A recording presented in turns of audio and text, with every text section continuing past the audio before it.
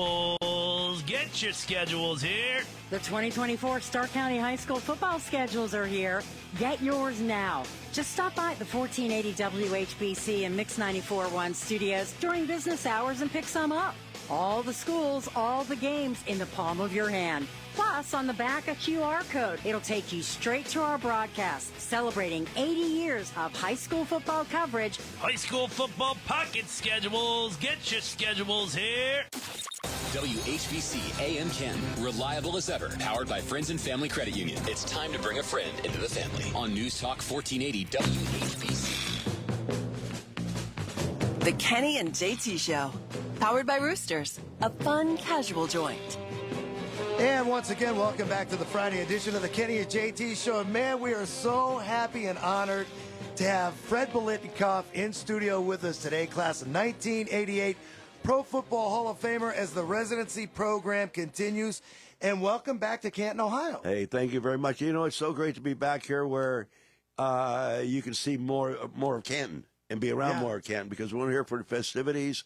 You know, you're kind of booked up with events going on. So I've had a lot of fun. I got here Tuesday night, and Wednesday, Thursday, we've done a bunch of things around town. I even got to the senior pickleball tournament. Oh, jeez. Everyone wants you to play pickleball. Some people these my days. age. Yeah. You look great. You know, it's so weird because for us growing up in Northeast Ohio, and we see Fred Biletnikoff, and we're going to get into all of the things that you did coming out of Erie, Pennsylvania. But to me, you're a California guy. But you're one of us, man. You're Rust Belt. You know, the first time I brought my wife back to, she's from California, back to Erie for a visit in the wintertime, all right? And being around everybody, all my friends that are still there and everything, and going to the Polish Falcons and all this and all that whole stuff. She goes, now I understand why you are the way you are. That's the way we are. Yeah, that's it. I mean, we take it for granted, and everybody's supposed to be the way we are. Yeah. But when you go over, and let's just start here, because you play your high school ball and you grow up in Erie, Pennsylvania. How does a kid from Erie end up at Florida State? And didn't you want to go play at Pitt? Didn't you want to go to Penn State? Didn't you want to go to Syracuse? They all ran the ball. Because when I was in here, you know, playing at Tech Memorial at the time, and I was a running back, and I didn't go over and until my senior year to be a receiver. Okay. And I was still playing running back a lot. So when I went to Florida State, I went as a running back. You know? But then after I saw what was going on down there, I asked the coach, I said, can I go back to wide receiver? And so that's really? Yeah. So that's kind of what happened. But here in Erie, there was a guy named Ray Dombrowski on our coaching staff in the athletic department. And there was a guy, Ken Myers, who coached the NFL for years. And Ken had an aunt and uncle who basically raised him in Erie. And so he would go back and forth, Erie, whatever. So Ray and Ken were good friends. And so Ray asked him to come out and look at me, and that's how. And Ken was coaching down at Florida State. He was a coordinator down there at the time, and that's how I got down to Florida State. So you're just before Spurrier gets there? No, Spurrier was at Florida. Oh, he's at Florida. He's a Gator. We're a Seminole. But you know what I was thinking? I was going back, and I was looking at the time that you had played, 62 to 64? 61. 61 to 64. Yeah. Okay, so I'm looking at it, and I'm thinking to myself, the first name that goes through my mind is Roger Staubach wins the Heisman Trophy in, 63 or 62? Somewhere in that vicinity. We came out at the same time. Okay. Yeah. Okay. Out of college. Yeah. No, I don't know which year he won a Heisman. Okay. Because I was thinking to myself, you know, to us, it's the golden age of football, but you guys didn't, you mentioned the fact that you wanted to go to a place that threw the ball, but they didn't throw the ball the way we see teams throw the ball now on any division. Oh, no. It was totally different. Our offense was based around the AFL, the San Diego Chargers. Okay. That's where Bill Peterson, who was the head coach, got it from Sid Gilman. Okay. With the Chargers at the time. So that's the type of offense we had. And we had Steve Tenzie, who was from up in this area. Okay. And not Massillon. I can't remember where Steve was from. Okay. And he was a quarterback, and he was one of the guys from up in this area that came to Florida State. Okay. So we were together all 4 years, but we didn't really implement that type of offense until we were juniors. Okay. You know, and then our senior year we hit it big. Okay. You know, so that's what. But Bill got the offense from Sid Gilman. That's the offense we used. Okay. The Chargers were using. That's unbelievable. So what was it like going from Erie to Florida State? Oh wow! I'll tell you what. It's it was still segregated. Okay. At Tallahassee, and so I never played with a black ball player on the team all my 4 years there. Wow. Yeah, and so I go from Erie down to there, down to Tallahassee, down in the South. Which I still go to Tallahassee quite a bit. Okay. And I love Tallahassee, and I have great friends still there, and but that was a situation. So coming out of Erie, which you're around everybody, every ethnic group, no matter what, playing in high school against all that stuff, and then going down and being in the South, you just got to get used to that's the way of life. Yeah. That's just the way it was. And there were like 8 of us that came from up north. Okay. And luckily all 8 of us went to school for the number of years together. And so when we first went there, when we were freshmen, we were the Yankees. Yeah. All that stuff. Sure. What are you doing, boy? Yeah. All that stuff. So we went through all that stuff. But you prove it on the field, and the rest is history, right? Yeah, and we had a good coaching staff. Great. All that. Fred Biletnikoff is in studio with us today, and we're talking about the residency program and much, much more, the history of playing football, starting off in Erie in high school, playing at Florida State. You get drafted not once but twice. Tell me how you decide AFL, NFL back then. Is it just simply money, or did you have your choice to go wherever you wanted? Well, basically the money was the same. Okay. It was the same contract, 2 years, and then no contract a third year, but a bonus. Okay. All right. So the thing that was good for me was the fact that Detroit was still the old NFL. Okay. And at that time they had Terry Barr, Gail Cogdill, Okay. and so they were set with their group. Okay. And then you look at that a little bit, and then you start thinking about what you should do, and then meeting Al Davis and what they were doing in the AFL and throwing the ball, and that was the attraction. Right. So that's why that's basically why I signed with Oakland. Did it ever go through your mind, though, that one league may not make it? No, it didn't. Really? No, Okay. no, it didn't. I never really even thought about that. Okay. Because, we've seen, when the mergers come, and then most recently when we see these other leagues, you just because it's 2024, you're not going to compete with the NFL. Right, yeah. But at that time, it was basically it was different in a way that the teams in the AFL they had money people that own the teams. Yeah. So they had the money. Right. And it was just a matter of running it right and getting it started, and so that what the attraction was throwing a football. Yeah. And that's outstanding. Yeah, that's what kept people watching the game because we're more exciting than watching the old NFL. Absolutely. That's what attracted everything. I was reading some of the notes on Joe Namath, and today I just stumbled upon a fact that in his playing career he's sub 500, but they threw the ball as well as you guys did. You win Super Bowl III, and the next thing you know, he's immortal in our minds. Oh yeah, absolutely. And then and see, the passing game was entirely different than now. Right. Because very rarely are you going to go in a game and catch 4 or 5 passes under 5 yards or 5 yards deep. Your passes were always well over 10 yards. Yeah. And that was the excitement of the game. That's what everybody had to do. And that was a game with everybody in the league. Like with Namath, Lenny Dawson, Hadel, we had LaMonica, Blanda. The entire league in the AFL was that. Well, Blanda was with Houston, the Oilers at the time before he came with us, and they're throwing the ball 40, 50 times a game. Did you catch a pass from George Blanda? Oh, yeah. Did you? Yeah. We remember I played with them all, man. I know you played with LaMonica, and I know Stabler, and I want to ask you about Ken Stabler in a second. But George Blanda to us was the greatest because when he became the kicker as we were kids, and then we found out that he was a quarterback, he was just the coolest thing since sliced bread. Yeah, and he came from Houston, and he was a tough guy, Really? But he'd get in there, lick his fingers, take a snap, and throw the ball. That's outstanding. Yeah, that is so and cool. then when I first started in '65, I played with Flores. Flores was the quarterback at the time, and Al Davis was the head coach. Really? Yeah. What was Al Davis like? I mean, if we you see did, the videos. if you did your job, you have no problem. Because Just win, baby, right? Yeah, I mean, I played for him for 14 years and coached for him with the Raiders for 18 years. So I've been with them a big part of my life. Yeah. And I still do PR stuff for him now. So I've been there for a lot of years. But now, with my playing period of time and then coaching period of time, all they expected you to just do your job. Right. You had no problem then. When you came back to coach the Raiders, is Shell the coach?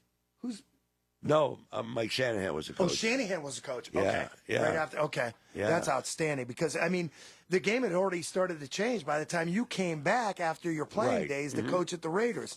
And we're so happy to have in studio with us Fred Biletnikoff. In his playing career, 14 years with the Oakland Raiders, 589 receptions, over 8,000 yards. But to me, what really stands out is not just that. You're a Hall of Famer in the College Hall of Fame and the NFL Hall of Fame, Pro Football Hall of Fame. But tell me about the Fred Biletnikoff Award for a receiver coming out of college. I'll tell you what, it's...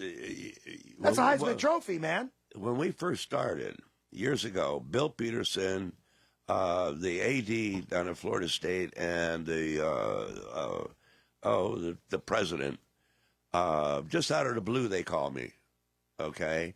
And we start talking, and that's when ESPN was starting to have all those awards. Okay. And they didn't have a receiver award. So they called me, and they said, well, we've been discussing it. We talked to ESPN and everything, and we're right there to have an award, a receiver award. He said, do you want your name on it? I said, hell yeah, I'll do it for you. And that's how it started. That's so cool. Yeah. Because here's what goes through my mind now. And what we see in the NFL and what we see in college, NIL, name, image, and likeness. Marvin Harrison wins the Fred Biletnikoff Award last year from Ohio State. Right. We're huge Buckeye fans, and we understand the fact that these kids are getting paid to play college football now. But if I connect the dots and Marvin Harrison wins the Biletnikoff Award, that means he's going to be a top 5 pick in the NFL draft because wide receiver now, next to quarterback, that's the number 1 position. Yeah. So that yeah, means a lot of money for that kid. Yeah, and he's a good player, yeah. We need to get you some NIL dollars. Well, hey, listen, we got $15 a month in Let's Florida go. State. They called it laundry money. Let's go, man. It's outstanding. Fred Biletnikoff in with us right now. And we've got, in Northeast Ohio, 2 Biletnikoff winners playing for the Cleveland Browns right now. Yeah. Are you involved in a selection process? And do you know the guys that win this thing? We all vote. Okay. Like when we first started, going back to when we first started, there were like 20 of us that voted. Okay. And that was in the very beginning. And then it was fun, because they were just a small group. We did a lot of good things as far as picking players and everything. And then as it started growing, the demand and people want to be involved. I mean, we have a list of voters now. I'm not kidding you. If I showed you the 2 pages of voters, Unreal. You couldn't read it all. Yeah. That many people we have voting. And, we've been there a ton of years now. I got to tell you, I went through the list. These guys are all studs. Everybody who's won this thing in the last 10, 15, it started in 1994, and it's a who's who. And if you get one of these guys on your team, chances are you're going to be throwing the ball and doing it well. And we've got Jerry Jeudy and Amari Cooper in the Cleveland Browns right now. So if Deshaun Watson has a season like he would have had when he was with the Texans, we'll see how good this team can be throwing. I know, and both those guys are good receivers. And Jeudy didn't fit in Denver. It just wasn't clicking for him. Yeah. And then I think he was banged up a little bit here and there, but he's a good player. Amari is a hell of a player, and he just didn't fit sort of in the mold. I don't believe in Dallas. Yeah. Here being in Cleveland, I think that's a good fit for both of them. Good. Good. And then being together, playing together, and they can play those two. You follow the game? Do you watch it on a regular basis? Yeah. Is it all Raiders or nothing? No. I watch all the games. Good. Yeah, I watch all. I still do PR work for the Raiders, so I'm basically down there for all the games. How's that change been moving from Oakland to L.A., now Vegas? I mean, for the fan base, we know it's one thing, but former athletes, players, coaches, how does it sit with you? Well, see, when I first started coaching with the Raiders, they were in L.A. Okay. In El Segundo. All right. And then we moved back to Oakland. And, To me, it didn't make any difference. Okay. I don't know how it affected everybody else. But the big change was, going to Las Vegas, which is beautiful, great. They have a fantastic stadium. But it's like everything. When you, living back east, you're raised and born in a home, one house. Okay? When you have to move out of that house and go somewhere else, it's not the same. Right. Yeah. And that's what it's like for me anyway when the team moved down there. And I don't know, it's still a work in progress to really get back that atmosphere that was in Oakland. I would imagine. Tim Brown sat in that chair where you're at right now, and I asked him about the fans from Oakland, and I asked him about the black hole. Yeah. And he says, you got to remember one thing. He goes, not only were they probably the most raucous crowd in the NFL, but remember the people that had those seats, because you had to pay up for those front row seats. They're doctors, they're lawyers, they're people with a ton of money, and they get it on Sundays, don't they? Absolutely. I mean, and Timmy was right. I mean, they're all professional people. Unreal. There's unbelievable. I mean, people think they're just guys off the street, and women off the street, or kids off the street. No, they're all professional people. That is nuts. That's the great thing about it. Yeah. Because one day a week or the weekend or whatever, they change into that other person. Unreal. Yeah, it's amazing. Well, you change into another person, too. And by the way, Fred Biletnikoff is in studio with us right now, class of 1988, Pro Football Hall of Famer, synonymous with Stickum. Now, I got to tell you, I told you when you got here, my mom wanted to kill you dead. And may she rest in peace. She passed away in 2020. But we grew up playing football probably the same way you did. We're Northeast Ohio, you're Western Pennsylvania. Yeah. And you're from Erie, we're from Canton, Ohio. And we see this guy on Sundays, and you got the tape from your elbow to your wrist, just like Ken Stabler said. Yeah. But you had this stuff. I mean, you had it caked. And I'm sure everybody's asked you this question. My mom wanted to kill you because we got a hold of some Stickum, and we thought we were going to be the next Fred Biletnikoff. We ruined more pairs of socks, T-shirts, probably underwear, because it ruined everything in the laundry. What was it? Who came up with it? The people in San Diego with the San Diego Chargers. That's how we ran into it. Come on. Seriously. A guy named Speedy Duncan, who was a defensive back for the Chargers, was a returner, punt returner, and a defensive back. Our Dick Romansky, who was our equipment guy who just got into the Hall of Fame, saw Speedy Duncan with the stuff on. So he went to the equipment manager, who they were both good friends, and asked him what the hell it was. He said, we got to Stickum. And he showed him a jar of it, and that's how we started getting it. It was glue. It was like you put on a candy apple. You didn't need it, though. But you know what? I was talking to people earlier today. I said, but the whole thing was this. When you put that stuff on, the only thing that would take it off, because you get it on your arms and stuff like that. It's like sap from a tree. Yeah, is paint thinner. So that's how you took it must off. have stunk. Oh, it stunk. It was burning you. I mean, I smoke. You can't smoke around it. Oh, it gets on fire? Well, yeah, it would because it's flammable. Unbelievable. Yeah, so that's how you had to take it off. They made a rule against it, 1981. Oh, yeah. Yep. We thought we needed it. We didn't need it. You didn't need it. I never used it until the game day. That's amazing. And it just used it. It's just out of habit. Yeah. Or what? A confidence level or whatever. Unreal.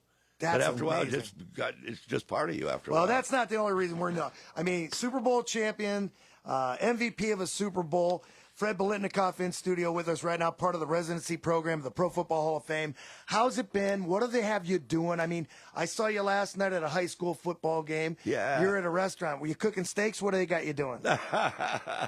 No, I went to, what's the name of the cafe that we went Baker's. to? Yeah, we went to the restaurant Baker's and ate. The cafe where they have the kids that have disabilities working here. And we went there and had breakfast the other day. Nice. And that was really something to see. Because, when you start talking about kids with disabilities, you think they can't do anything. Right. Well, these kids are running a restaurant. Outstanding. They have one greeting you when you get in, hands you a menu, somebody running a cash register, some cooking, some waiting on the tables. It was fantastic. So it's nonstop while you're here. Oh, no. Every day. Yeah, and then I went to the domestic violence residence place today talked to those ladies over there and got to see the facility and everything. We visited with them for a while. Went and stopped by the senior pickleball tournament. Yeah. Handed out some medals and all that stuff, and then been at the Hall of Fame. And then we did the coin flip yesterday at the McKinley. Yeah. Warren Harding game. Yeah. That's so neat. I got to tell you, growing up here my whole life with the Pro Football Hall of Fame basically in the shadow of our backyard. On the weekends, if it was raining, we couldn't go down to the park, play baseball, football, whatever. We'd go to the Hall of Fame. Yeah. But what's really cool was, and we're not Raider fans, anytime a Raider would get inducted, this is before modern technology and electronic scoreboards and billboards, Al Davis would take out billboards around the town. And commitment to excellence, we thought it was the coolest thing because it's a small community here. Where, I mean, we're not Los Angeles, we're not Oakland, but when we would see that skull and crossbones, and, I mean, it was Raider Nation, man, all the way. It was, I'll tell you what, how he marketed with sayings and with the seeing visually everything that he would put out there and all that stuff. It was amazing. Yeah. It was just all these years you still go. Like, I go back to New Jersey basically, once a year to do signing and all that type of thing. I mean, so many Raider people. You go to L.A., so many Raider people. Yeah. Oakland, all Raider people. See, at the Hall of Fame, Raider people. Yeah. All over. I mean, it's old amazing. School. Yeah. The iconic silver and black. It is. That uniform never changing. I mean, they might change the color of the number. And there was a couple of them that were outstanding. When you go back in time, and there were so many different eras of the Raiders, maybe during the time you played, maybe afterwards, not including yourself.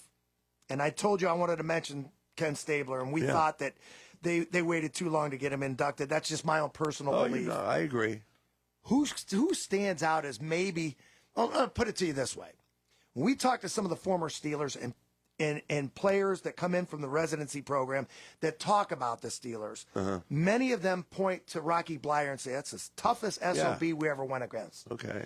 So my question is going to be this. Is there an unsung hero from the Raider Nation, either when you played or since you played, that comes to mind and you say, that was one of the toughest Raiders that ever suited up? Well, I'll give you a few guys' names.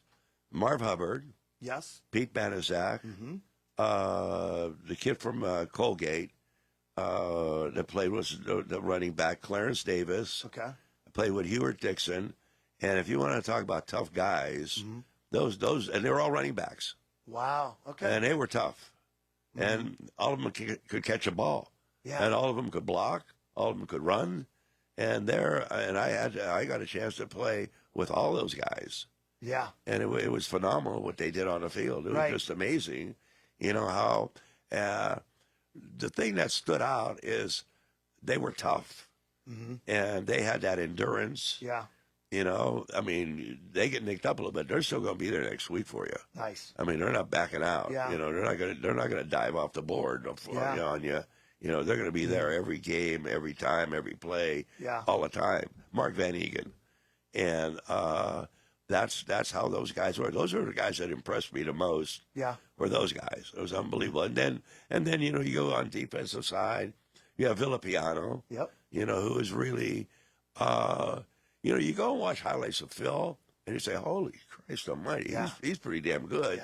Yeah. Then you go to Tatum and George Atkinson, and then Lester Hayes and Willie Brown, and you look at it and go, my God, those guys. Yeah. So, look at the team. If you had to pick out somebody, defense, you always pick Tatum and Atkinson. And on offense, those five running backs. Yeah. 6 running backs. Had the pleasure of meeting Tatum, sadly, before he passed away. Yeah. Outstanding individual, former Buckeye here. So he was to us, he was like larger than life, as are you.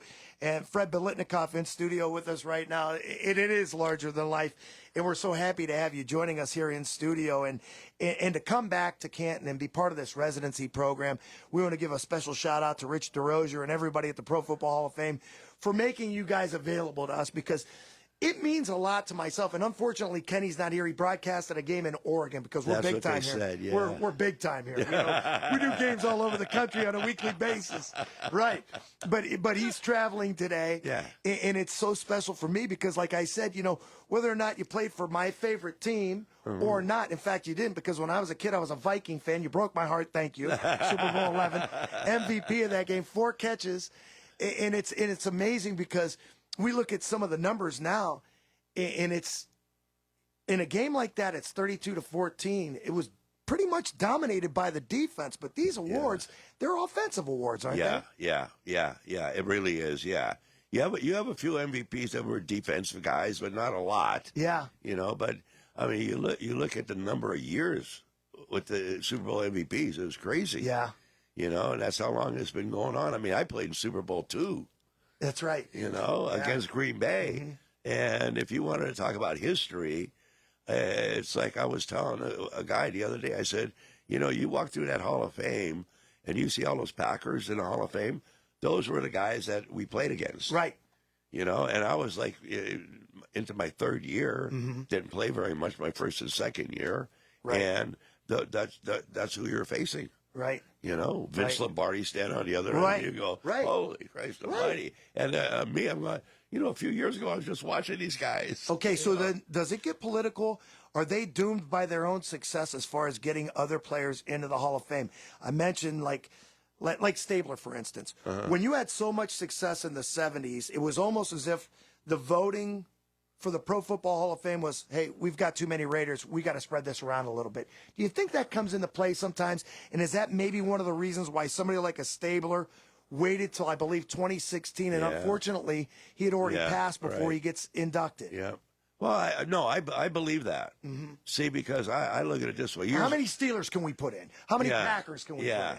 Yeah, see, like right now, I mean, guys I think about are Plunkett and Lester Hayes. Yeah, how's right Plunkett not in? I know. And so, but before, years ago, it was a whole different kind of voting because every town had 2 or 3 writers, and they're the guys that promoted your guys from your team to be in a Hall of Fame. And now, I don't know to what degree it's changed, but it's changed a lot. Okay. And now it's getting to the point where you have so many, I don't say younger guys voting, whatever, but they're not from the past. Gotcha. You know, and so what turns out to be is you're in a senior category. Yeah. And that basically really is a tough deal. Yeah. You know, I mean, they're trying to make a lot of changes. I was with Jim Porter today. They're really trying to make a lot of changes in the selection. Good. You know, so hopefully, I don't know exactly how to explain it or what actually are the dynamics of it, but it's supposed to be starting to change more. Now we have 4 Hall of Famers that are on a selection committee or part of the selection committee. So we were able to do an addition with those guys being in there. That's outstanding. You know, we'll see what happens there. You know, but it's good.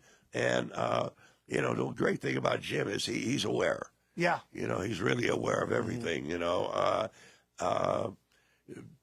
in my opinion, and you know, I'm not speaking for a lot of guys, but in my opinion, you know, the Hall of Fame was going away from the Hall of Fame players.